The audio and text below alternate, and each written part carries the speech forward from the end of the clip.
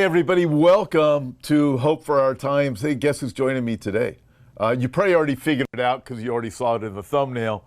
But my good friend coming all the way from the other side of the United States of America, coming from the great state of Georgia, Ricky Scaparo is joining me from End Time Headlines. And Ricky, thank you. This is going to be an absolutely terrific program. I know it is. I love what you do. Man, I've been following your stuff for a long time, and it's always good to be able to chat with you. Thanks for joining me. It's an honor to be here, and I love what you guys are doing as well. And it's iron sharpening iron, so it's always a great honor to be able to come on to the broadcast with you. It is, and just so you know, everybody, I know many of you are already familiar with Ricky. If you are not, go to his website, in fact, his social media all have the same name, End Time Headlines, or endtimesheadlines.org is what I believe the website is. You can see it there in the description. It's singular, End Time. Yeah, there's no S. There is no S. End Time Headlines. After the E. End Time Headlines. So we'll get that one corrected, everybody, in the description. That's getting fixed right now.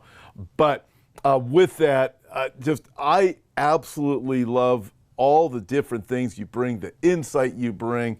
You are not afraid of taking on the absurdity that we find that happens also in the prophecy world. We're going to get to some of those things. Ricky, I'm going to ask you about several different things you've been dealing with lately. Possibility of war. We're going to look at Russia, Ukraine. We're going to look at what's going on with Iran. Obviously, Israel. I'm going to ask you about coming civil war in America, civil war over in Europe, set up for the kingdom of Antichrist. I have so many things to ask you about, and you're such a wealth of knowledge. And I'm going to start here, and this is going to educate some people before we even go, because there's a lot of people that look at us and say, you guys are nuts, all of you rapture people, and you believe Jesus is coming again. And a lot of the pressure we have is coming from the church, the mocking and the scoffing. But let's walk through some things, and I'm going to ask you to define for us preterism and take it from there, and what it teaches, what it doesn't say, and we'll roll from there, and then start getting into things that are happening right now that really seem to refute preterism. So what is preterism? Well, the term preterism, and I know that sounds like a strong word. It almost sounds like something we shouldn't say on YouTube because it'll get us pulled down. But it comes from the Latin, and I'm going to try to say this from my Kentucky vernacular here, preter, meaning past. Thus, preterism is the view that the biblical passages concerning the end times are past tense, or they've been fulfilled. For example, according to preterism, all prophecy in the Bible is history. When we read about it, the interpretation of preterism is all scriptures regarding the book of Revelation is simply symbolic or allegorical. They're not futuristic or literal, which is insane. But they say that it's a picture of first century conflicts and not a literal description of the end times. This term preterism is directly opposed to futurism, which, you and I see these events as still future fulfillments. These things are shortly coming to pass. These things are, Paul said we see through a glass darkly. We see in part, we prophesy in part. As these things get closer, we see the more fulfillment of these things. In the camp of preterism, there's typically two camps. There's what we call full preterist and partial preterist. Now I know we'll break this down as quick as we possibly can here. Again, the preterist movement itself essentially teaches that all the end time prophecies of the New Testament were fulfilled in 70 AD when the Romans attacked Jerusalem. They came in, besieged Jerusalem, besieged the temple, took Jews captive. They teach that every event that is typically associated with the end times even Christ's second coming, the tribulation, the resurrection of the dead, and the final judgment has already taken place. And they believe that when we oppose this, they will tell us that Jesus' return to earth was they'll say that it was a spiritual return and not a physical return as we typically believe. Now, here's where the caveat to this. Preterism teaches that that the law was fulfilled in 70 AD and God's covenant with Israel was ended, and the new heavens and the new earth spoken in Revelation 21 is a description of the world under the new covenant. Again, it's shrouded in a lot of symbolism and allegorical interpretation. Now, here's where it gets interesting. Preterists will usually typically point to the passage in Jesus' Olivet Discourse, and they'll say where Jesus emphasized, he says, truly I tell you, this generation will certainly not pass away until all these things have been fulfilled. Now, we know that that is not what he meant there. What he meant was, it's one thing to have a pestilence here, an earthquake here, a tsunami here, the factions going on here and this. But when you begin to see all these things happen simultaneously and increasing, because remember, in the Gospel of Matthew, Matthew used a term called travail. Now, that's an old word, travail, and all of our women will understand this. It's a word literally meaning birth pangs. And he said these things will happen as birth pangs. Well, that means they're going to become more intense and they're going to become more rapid. And so, again, it's not just we're having an earthquake here off the coast of Russia, but how many earthquakes have we had off the coast of Russia that were over a 7.0 magnitude? This is unprecedented. And they're saying that this is only increasing when you look at these charts. And it's not just earthquakes, but it's all these other things. And then in Matthew 24, they will tell you that all this was fulfilled. Now, here's what's interesting is this is nothing new, Pastor Tom. This was going on in Paul's day. Paul warned, he warned about individuals like Hymenius and Philetus, I believe that's how you pronounce this. They taught, listen to this, that the resurrection had already taken place and it was destroying the faith of some. You can read that in 2 Timothy chapter 2, verses 17 through 18. Also, the Apostle Paul wrote a letter to the church of Thessalonica because a letter had been forged in Paul's name telling them that they had missed the rapture, that the Lord had come back, they'd all missed it, and then Paul had to come in and assure them, look, you've not missed the rapture. I'm going to give you these things that must take place. Let me give one more point, and we'll move on because I know we got a lot to talk about here. They will point to scriptures like, for example, in Matthew 24, where it says, I tell you, in that night there will be two men in one bed. The one will be taken and the other will be left. Two women will be grinding together. The one will be taken and the other left. Two men will be in the field. One will be taken and the other left. Now, here's the interesting part about this. Now, remember I told you guys at the beginning of this, there is what's called full preterism and partial preterism. Now, I might shock some people here, but there is some truths and credence to partial preterism, but it makes me kind of cringe to even say that. I'm going to say that there's a lot of prophecies, the prophetic words that you'll read about in Matthew 24, that has dual applications, meaning they were fulfilled in that timeline, but there will also be a future timeline. For example, when the Romans invaded Jerusalem and besieged the temple, there was men that was separated from one another. There was husbands and wives that was separated from one another. There was children that was taken captive. So thus that could potentially fulfill Matthew 24, 34 through 37, where two were in bed, one was taken, two grinding, one was taken. But we know this, Pastor Tom, this I also believe is a secondary interpretation of this is when the harpazo takes place, the catching away, the gathering together, we're going to see this be fulfilled again. Okay, so you've got, that's just one example of this. But the real problem that we run into, if we begin to hold to this preterism theology, you have to ask yourself, okay, and this is what I ask because I've had debates with these people. When did the Euphrates River dry up and allow the 200 million man army to march through the kings of the east? When did the the Son of Man appear, and the sign of the Son of Man appear in the heavens, and the earth mourned because they saw the coming of the Son of Man. When did wormwood strike the earth and kill so much of the sea life? So again, when you start breaking this down, it starts crumbling and falling apart. But this is nothing new.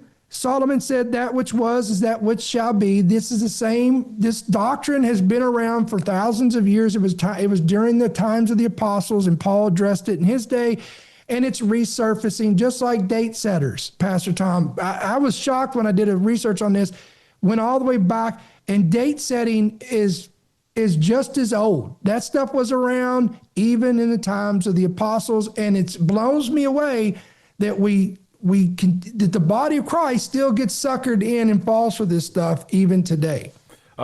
Indeed, you even mentioned how you look at Paul writing to the church in Thessalonica, saying, hey, you didn't miss the rapture. So obviously it was even taught way back then in the first century, shortly after the church even began. I mean, it's just kind of wild to see some of these things. I also think Daniel, for example, chapter 9 is written off by the preterists as being a book you can't pay any attention to.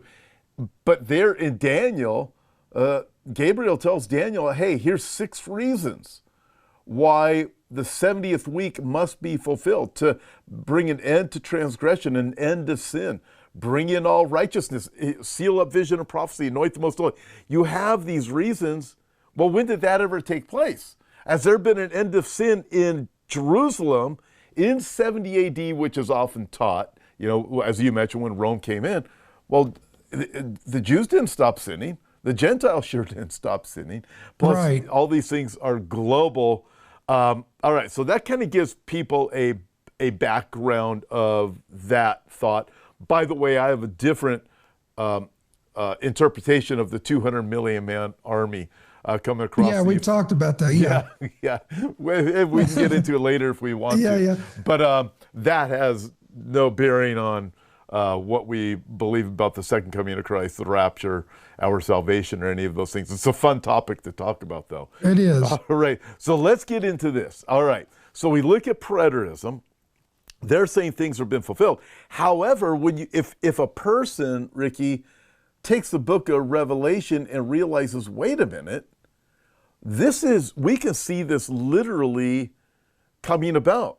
There are some things in the book of Revelation where we know it is allegorical, because John will say, sure, I saw this, it looked like, or something like that.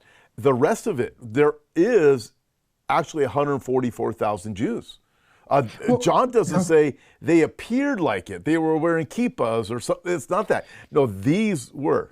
Yeah, go ahead. Interesting tidbit here.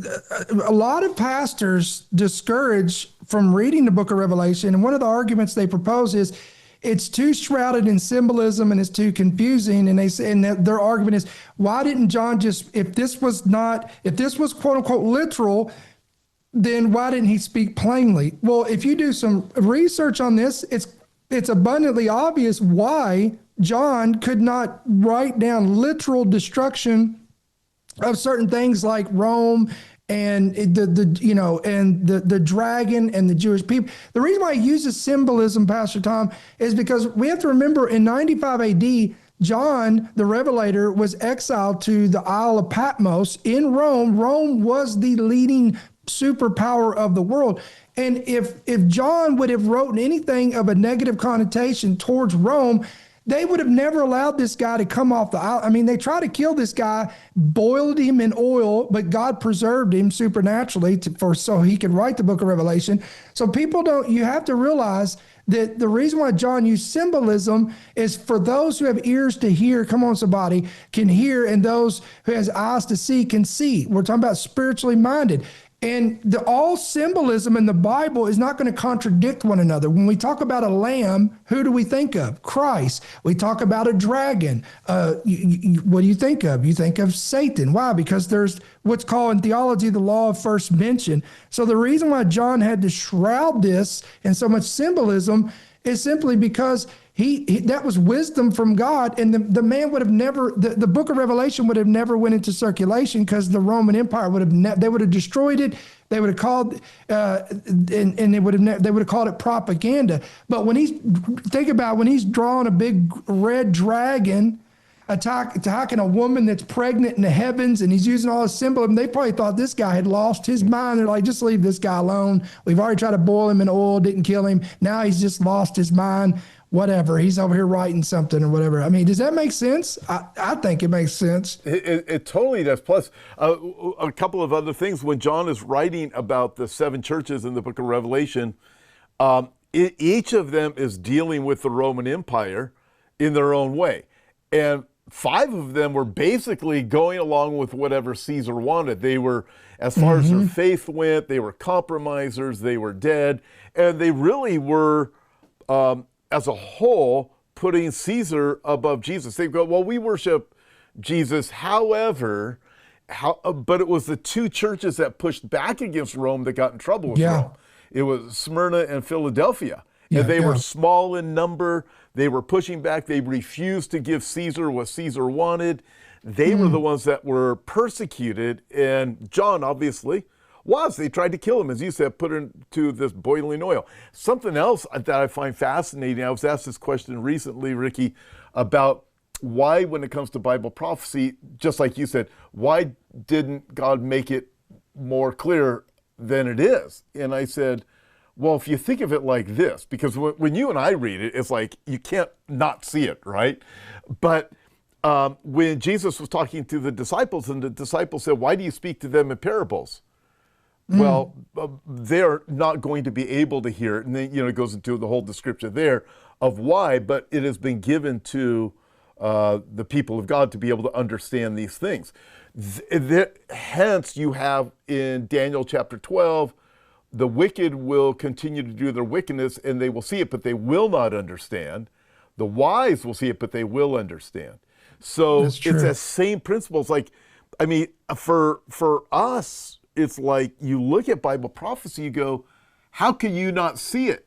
And hence, this is how God speaks to those who are his. That's right. And also, just like it was with the parables, the people who are really of God will dig deeper and say, well, let me try and figure this out. And God leads us along. I mean, it is hard, Ricky. We're going to go here to look at things in the book of Revelation now and not see them as literal. It is really tough. And I think, I don't know if you want to comment on any of this, but I'm going to throw this out to you first. Then you can bring in anything you want. But you look at Vietnam, deleted or shut down or put on hold, whatever it was, millions of bank accounts. I think it was 86 million or something like that. Yeah, you're right. Lacking biometric verification. So we look at this and we start looking at, we know that we are being pushed into this digital format. We can talk about UK, we can talk about Europe as a whole. We can see this in Vietnam. What do we see about this? They did this, the mark of the beast, and then we look at something like preterism as we open up, saying you can't really believe these things, but we look at the book of Revelation and go, wait a minute. Plus what's coming regarding the Great Tribulation, it's the whole earth. Israel becomes the epicenter, but it really is upon the whole earth. That's never happened before either, but can you take it from here? Well, what you just said right there, if people were paying attention, destroys the entire theology of preterism. Because if the quote-unquote mark of the beast was the time of Nero and the Roman Empire, that was limited to one location in Jerusalem where they were issuing the mark. Think about it. But when you read Revelation 13, it says the whole world complies to it. The whole world will be forced to buy, sell, and trade, lest without the mark of the beast, they will not be able to do this. So see the difference here, geographically speaking. For another example, they thought it was crazy at one time when John wrote that when the two witnesses would be slain in the streets of Jerusalem, that the whole world will witness this, they'll celebrate this, and they'll pass gifts one to another, and they'll be celebrating the death of two righteous prophets of God. And they look at that and they laugh at John and said, "Doesn't this guy realize how's the whole world going to be able to witness this and see this?" Well, when he wrote that 95 AD, the technology did not exist that we have today, which is streaming satellite, which is smartphones, which is social media platforms, all these tools that are in place. So literally when that event takes place in Jerusalem, the whole world will be able to stream it live and we'll watch it. And Pastor Tom, I'm going to throw this in there, and then I'll go back to the digital identification system. We did a whole podcast on this, the Charlie Kirk incident, how people responded to that by celebrating the death of a righteous man who stood for the gospel of Jesus Christ. It sent a chill down my spine, because I saw that as a prophetic preview to what's going to take place when those two men of God show up in Jerusalem, and they're proclaiming God's truth and they're declaring the word of the Lord. And the Bible says that they have the power to do supernatural things, and they are a hindrance to the Antichrist and his system because they're exposing it. And if you read the conditions of Jerusalem in that day, John describes it as spiritual Sodom and Egypt. Think about that, church. So that's the conditions that is going to be of Jerusalem, the capital of Israel, or not the capital of Israel, but the location of Israel, the holy place of Israel. John says it's going to be spiritual Sodom and Egypt in the last days when these two witnesses emerge. So there'll be such gross darkness and iniquity in the city of Jerusalem. By the way, Tel Aviv is one of the leading homosexual capitals of the world, in case y'all didn't know that. That's where they come and they do all this stuff. So it's not far-fetched to be able to see how this is coming to pass. But when these two men, think about this, Pastor Tom, these two men are exposing the beast, they're exposing the beast system, okay, because it don't get put into place till Revelation 13. But I believe it's already, at this point, things are moving along and darkness is beginning to prevail. And these two witnesses are exposing all this. And when they're slain by the beast, it says the whole world will rejoice and celebrate. Think about that. That is insane. And when that happened with Charlie Kirk, I knew, there's a prophetic preview of how that's going to happen. Now, speaking of prophetic previews, I believe this whole thing, the digital identification system, just like Steimer came out and said, and he said, let me make this clear. You will not work unless you comply to a system of identification that marks you, that you're identified as complying to our system. Now, it's not just the United Kingdom, but now Switzerland's on board with this, and this will continue to spread. We know this is going to happen, and they're going to integrate everything into this: the medical passports, vaccination passport, everything's going to be integrated in this. You're buying, selling, you're purchasing, your medical history. I mean, all of that's going to be integrated into this. We all see this coming. Again, so when you read Revelation 13, and again, going back to the preterist view, well, that was issued by Nero and they were marking them. Well, yeah, they were putting things on their hands and their bodies, but when you go to the 1611 King James, have you ever seen this, Pastor Tom, the discrepancy in this? You go to 1611 King James, it says there'll be a mark put in the right hand, in the forehead. But if you go to the New King James, it uses the word on. And I always thought that was interesting. They use on or in. I always like to go back to the original closest interpretation or translation to, its original language. So I always say in. I'm going to go with in. And we see this, you and I talked about this on our last program that you and I did, and I had you on my program. We talked about how society is being conditioned. Once we get a society conditioned to accept something, then we move it to the next level. Think about this, Pastor Tom. I know you and I are close to the same age, but maybe not. I think I'm maybe old not enough that to, close. I think I'm old enough to be your dad, maybe almost your grandpa. Yeah, I would say maybe not that close. I was born in 1959. Hey, I was trying to compliment you on my side here, okay? I appreciate that.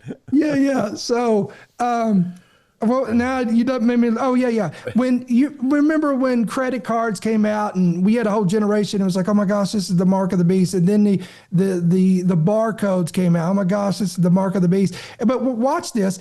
Everybody we got used to that. Oh, okay, that's nothing. That's nothing. And then we got these smartphones, and then they introduced the fingerprint. Remember that? You pick up your phone, at least on the iPhones. I think they went to Android too, and you put your thumb on there. And I remember thinking, even them was like, okay, this is not cool, you know. But then what happens? You get used to that. It becomes normal. Then they moved to biometrics, which was the retinal, the eye scan, or the facial recognition.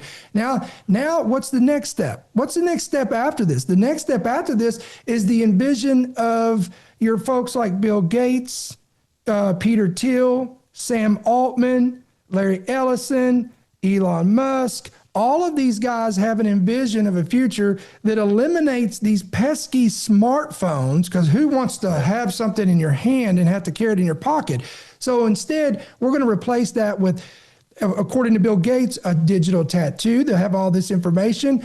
If you talk to Elon Musk, he'll say, no, well, let's not do that. Let's do a brain chip interface system like Neuralink, which is a chip that goes in your head. Then you got Peter Thiel that wants to merge flesh with metal and make us transhumanism. So these crazy whack jobs they're in court. They're embedded in the White House, Pastor Tom. And you know this.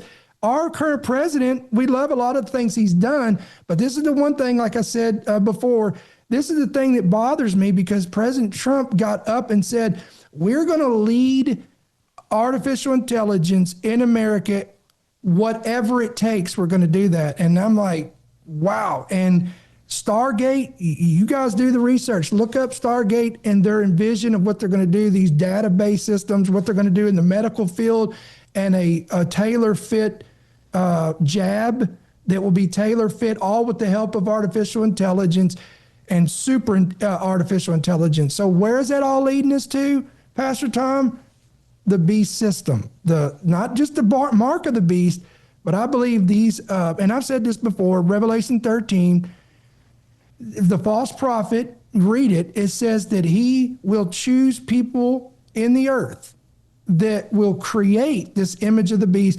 And I believe we have the perfect candidates already in place that has the know-how, the innovation, the money, the creativity, and all that to create what we read about is the image of the beast, and I believe it'll be AI. Yeah, I look at it and think, if you go back, I mean, I can go back 20 years, think about some of the prophecy messages I did back then. I remember a specific Bible prophecy I did, update I did many years ago, and I was talking about RFID chips and what they were already capable of 20 years ago. You fast forward to where we are now, and people are just starting to hear about not necessarily the RFID chip, but still the same dynamic within your phone, or what they're saying, what you're just talking about, what Elon Musk wants to do, Peter Thiel, all of them. Well, the technology has actually been here for a long time, so it makes you wonder. It is. What's really been going on for the last 5, 10, 15, 20 years is the conditioning of the masses. I mean, we could actually go back much further than that. The Club of Rome developed their kingdom of 10 kings on their global map decades ago. So, but it's been, Ricky, I look at it as the people have to be conditioned to receive what's coming, and they are. Yes. People are being moved right along to say, hey, sign me up. And okay, and you mentioned Neuralink or whatever the thing is that Elon Musk talks about, and this particular jab being being customized for your DNA. You can go in, the way I understand it, Ricky, you'll be able to go into a medical facility. You might have cancer. you get treated with this that is specific to your DNA for that cancer. That's it. It'll be the perfect match because of AI technology. It'll be the perfect match. You'll be healed and walk out.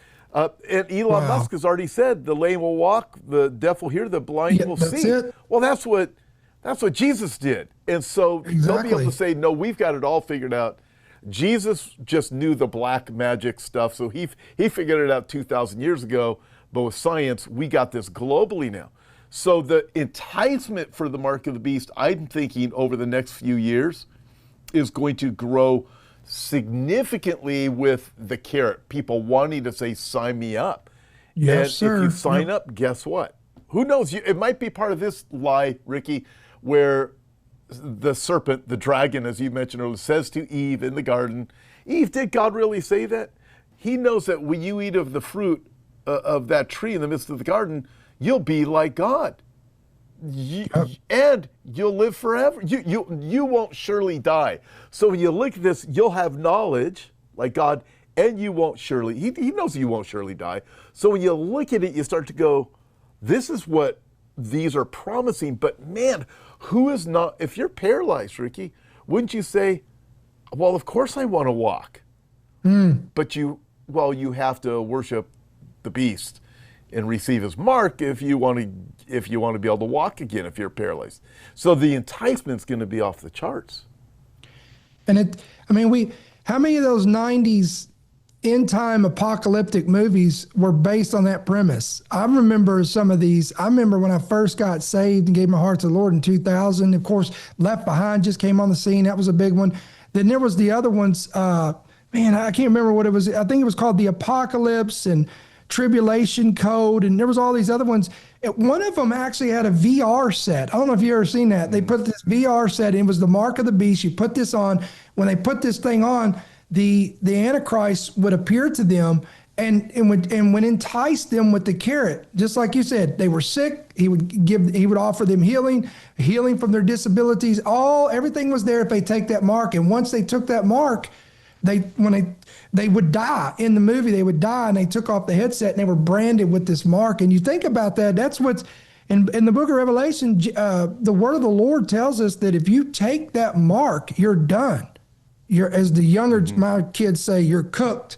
There's no hope for you. And there's two things that are, in my opinion, they're one and the same, but Jesus said all sins will be forgiven, even those who speak against the Son of Man. But if any man blasphemes the Holy Ghost, it's the unforgivable sin. But then you read over here, and I want to say it's in Revelation 17, 14, somewhere around there, where it talks about those who take the mark will be damned for eternity. So that's an unforgivable sin. But I believe, Pastor Tom, that is because it's a form of blasphemy. You're blaspheming the Holy Spirit because you're literally taking a pledge. You're pledging your allegiance to the Antichrist. Because remember, it's not the Antichrist who issues the image of the beast. It's the false prophet.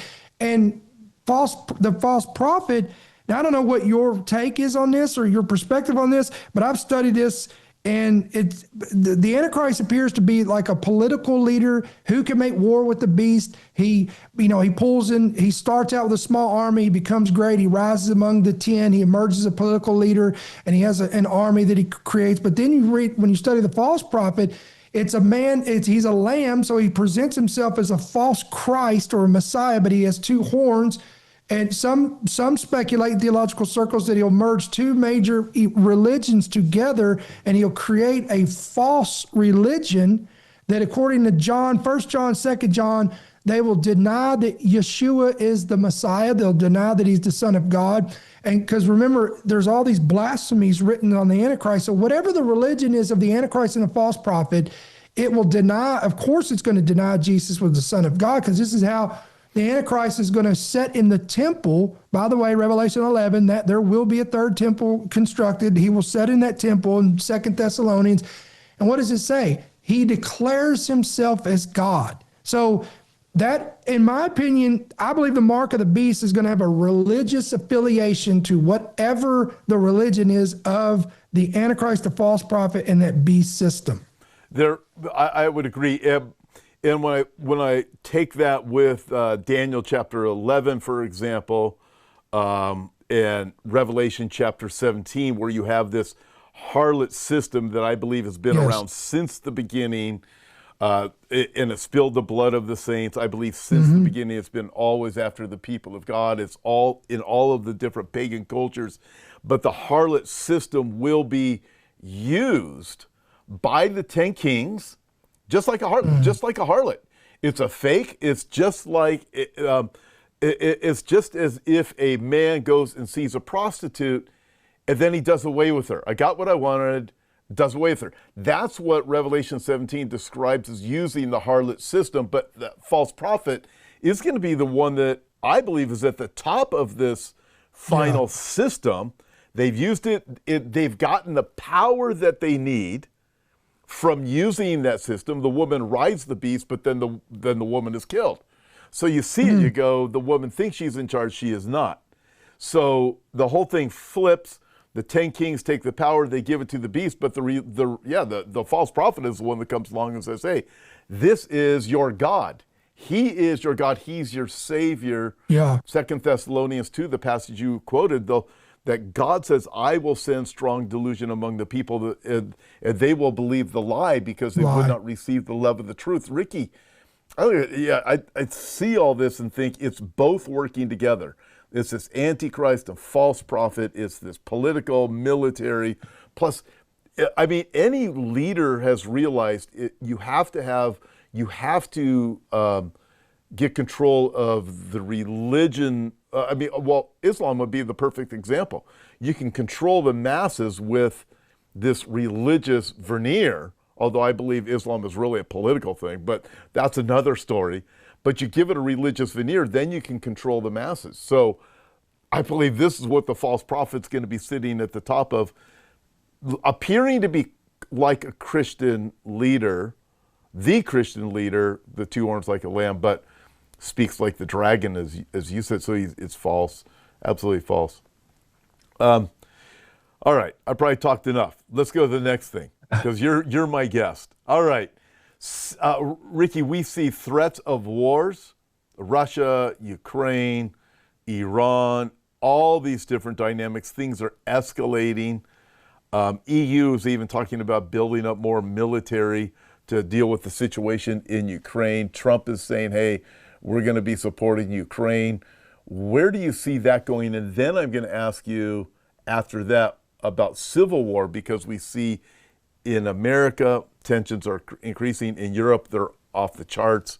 So let's start with the greater war first. Well, I mean, I always take, I try to tell people to go back to the Word of God. And when they asked him, what will be the signs of your coming in the end of the age? In Matthew 24, verse 6, he says, and you will hear of wars, plural tense, and rumors, plural tense, of wars. All this is in plural tense. But the thing that really sticks out to me, Pastor Thomas, says, see that you're not troubled. For all of these things must come to pass, but the end is not yet. But then he transitions to nation against nation, and that's in Greek, that's ethnos against ethnos. And that'll probably get us into, that's going to get us into the Civil War thing that you're wanting to talk about. But let's talk about the wars and factions and stuff that in Matthew 24.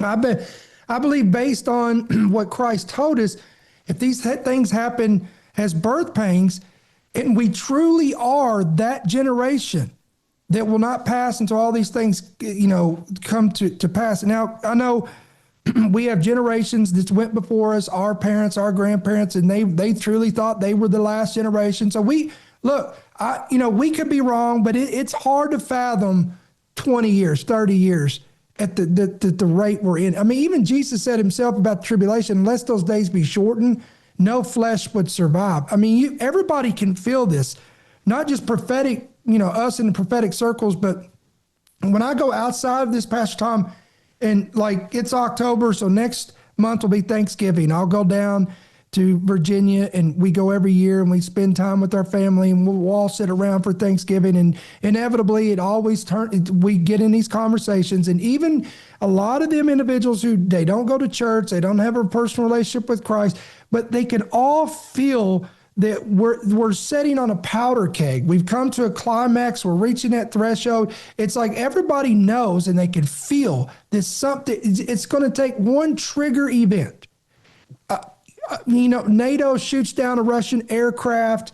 Russia, crosses over, crosses the line. A nuke is dropped in Ukraine or dropped in Russia. I just saw an article that Trump is now supplying Tomahawk missiles to Ukraine. Now, what does that mean? To most people, they're not even, well, what does that mean? We're talking about they're going to be able to reach so very far into Russia. They've already struck oil facilities there. And by the way, Russia, I saw where Putin today was condescending Trump, blasting America, and literally saying that America is on the precipice of a civil war. So that tells me, Pastor Tom, our enemies are looking and they're conspiring and they see this. And I would go a step further and say that they're propagating this. They want this to happen. I mean, think about it. They would benefit from this. Russia would benefit from it. China would benefit from it. Iran would benefit from this. So our enemies are laughing at us. And we're giving him, it's almost like a comedy show sometimes because we're providing the material. I mean, we got politicians arguing over the goofiest stuff. And, when it blows my mind that we have seated politicians that are fighting an administration that is that's wanting to clean up the nonsense in the streets and protect civilians. And the only reason if this was a Democrat in office, I hate getting political. I do, honestly, but I'm going to have to go here with this. But let's just be honest here. Let's be real. If it was any other president, if this was a Biden administration or the Obama administration or whoever, a Democratic administration, and they proposed the same thing, these people would have no problem with it. But the hatred to Donald Trump is insane. And this is the only reason that they're opposing this stuff, because who in their right mind would not want to live in a city and a neighborhood where you can sleep at night and feel comfortable and be at peace and your children are not threatened and the schools are not threatened? I don't understand this. And if you're a citizen of the United States and you hate our nation, you hate our country, and you burn the flag, please leave, get out. I know I'm getting a little stirred up here, but look, I love God, but I love our country too, and I think that you agree with me with this. And just like this Bad Bunny character that's going to do the Super Bowl, if he is going to do the Super Bowl halftime, this guy's already. I mean, this is a political ploy. He's a leftist tool that's being used. He's already said he's going to do the whole Super Bowl in Spanish. He's gonna sing the whole Spanish, and he told us, go ahead and study now and learn the language because you're gonna have to deal with it. It's unbelievable. It's just a slap in the face. Not to mention what he represents, and all. Anyway, I don't want to get all sidetracked on that, but on a rabbit trail. But these conflicts, these wars, again, they're only going to escalate, Pastor. We know that. If we're truly in the last days. Remember, I always tell people, if you go to 2 Thessalonians, Paul said there was a mystery of iniquity or lawlessness that it was present in his day, but it will intensify as we get to the fulfillment before the arrival of the Antichrist, because that is going to pave the way for the arrival of the lawless one. So I think that's where we're at. Now, I'm going to kick it back off to you because I know you wanted to talk about the Civil War aspect of this. So I'm going to kick it back off to you and see where you want to go with that. Well, I think everything you just said could lead us into a civil war. I mean, I'm looking at this NFL halftime show. You've got to be kidding me. And I don't think we're risking speaking Spanish here in America. I think we're risking speaking something like Farsi or Arabic or something like that. We are on the verge. We look at cities that have been colonized. Minneapolis, Dearborn, New York is about ready to be colonized. You look at who the real colonizers are. Nevertheless, Ricky, you also mentioned this, which is like so bizarre. Why would you not want your city to be protected? And yet, I think it's the mayor of Chicago that came out and said, we're filing a lawsuit. You can't come in here. Newsom in California said, we're filing a lawsuit. Trump's, the ICE can't come in here. I mean, how ridiculous. So you want people to be raped and murdered and slaughtered on your streets, and you think that's a good idea? They, as you said, they hate Trump so much, they're willing to harm themselves. But Ricky, that speaks to a reprobate mind, Romans chapter 1, where not only will people be completely immoral, but also they will do things in their own mind, professing to be wise, they became fools, but they will do things that will literally harm themselves, but they're okay with it because they hate whatever it is that they're opposing. So they'll harm themselves. So we see us already in that place. Okay, we only have a few minutes left. Okay, Ricky, do you see a civil war here in America? And again, we don't know the timing of the rapture. Both you and I totally agree on that. We do not know the timing of it, but we look at things escalating. I'll throw out two things: a civil war, and what, as we look at things now, we've kicked the can further down the road. America, I do not believe, is in Bible prophecy in the tribulation period as a superpower. Doesn't mean Americans don't exist, but being a superpower, I do not believe they are a superpower in the last days. So these two things combined, civil war, American superpower, what do you think could be the end of America as we know it? Well, I will do this as quick as possible. I believe America is a picture of the Roman Empire. There's like 16 parallels of Rome and America, and we could go through all that, but we don't have time to do that. And I believe America is going in the same direction and the same pattern as the Roman Empire. They collapsed from within. And here's the thing. We know we wrestle not against flesh and blood, but we're talking about principalities and powers. The enemy is orchestrating this. I always say this: the enemy plans it, men perform it, but God allows it. Okay. So when people say, is this God? Is this Satan? Is this the devil? Is this men? Again, Satan is orchestrating it.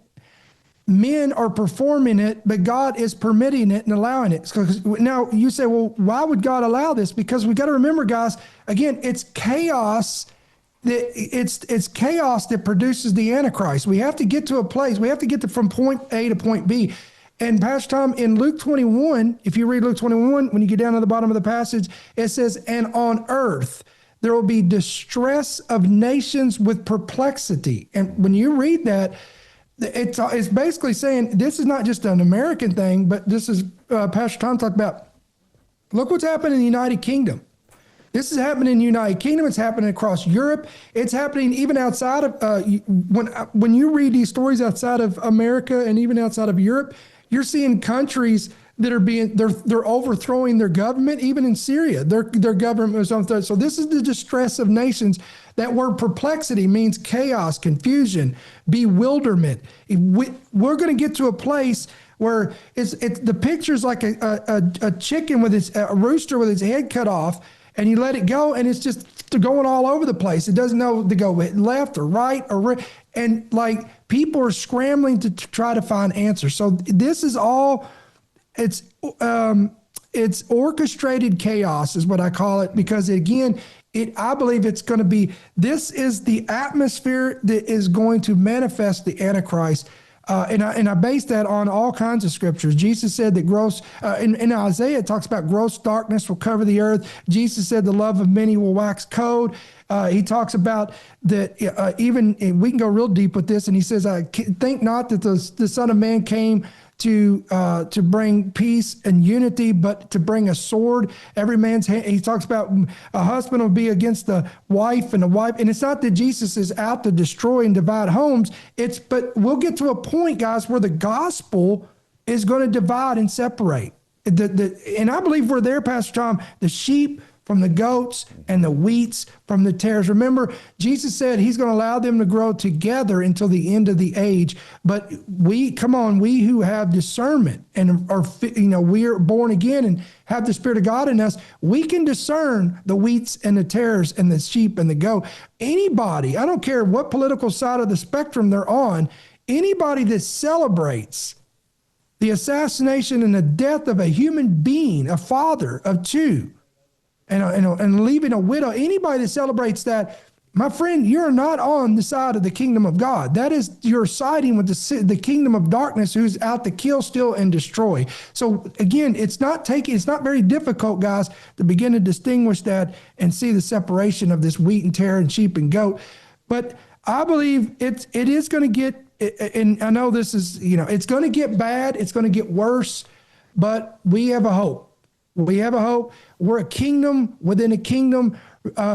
And I'm going to say this real quick. I'm going to kick it back out to you. Remember, guys, Daniel, Shadrach, Meshach, and Abednego were in captivity in Babylon. Imagine this. They're in captivity to Babylon, but God blessed them. He promoted them. His hand was upon them. He raised them up and used them in the midst of Babylon. So don't put your trust and your hope, come on, in a kingdom that can fall and collapse like America. Okay, put your trust in your hope in a kingdom whose maker and builder was not made with hands, but we're talking about the kingdom of heaven. That's where we can't go wrong if we put our faith and our trust not in our government, not in a political figure, not in a president, but in Jesus Christ our Lord. Amen. Ricky, could not be said better. That's a perfect place to wrap up our time together. So spot on. Fantastic having you on today. Thank you, my brother, for joining me. And I can't wait. I want to bring you back. I want to talk about the 10 Kings. I want to talk about some more things that you were talking about. We could go on for hours, but that was such a great time, a great place to just conclude our time together.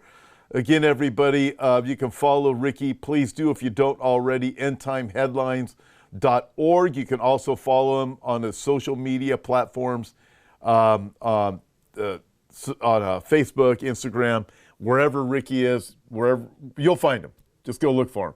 And also, I want to encourage you, like, subscribe, and share this with your friends. It's really the only way that we can continue to move forward and be able to reach new people with the hope of the gospel of Jesus Christ. Ricky, great having you here today. Can't wait till next time.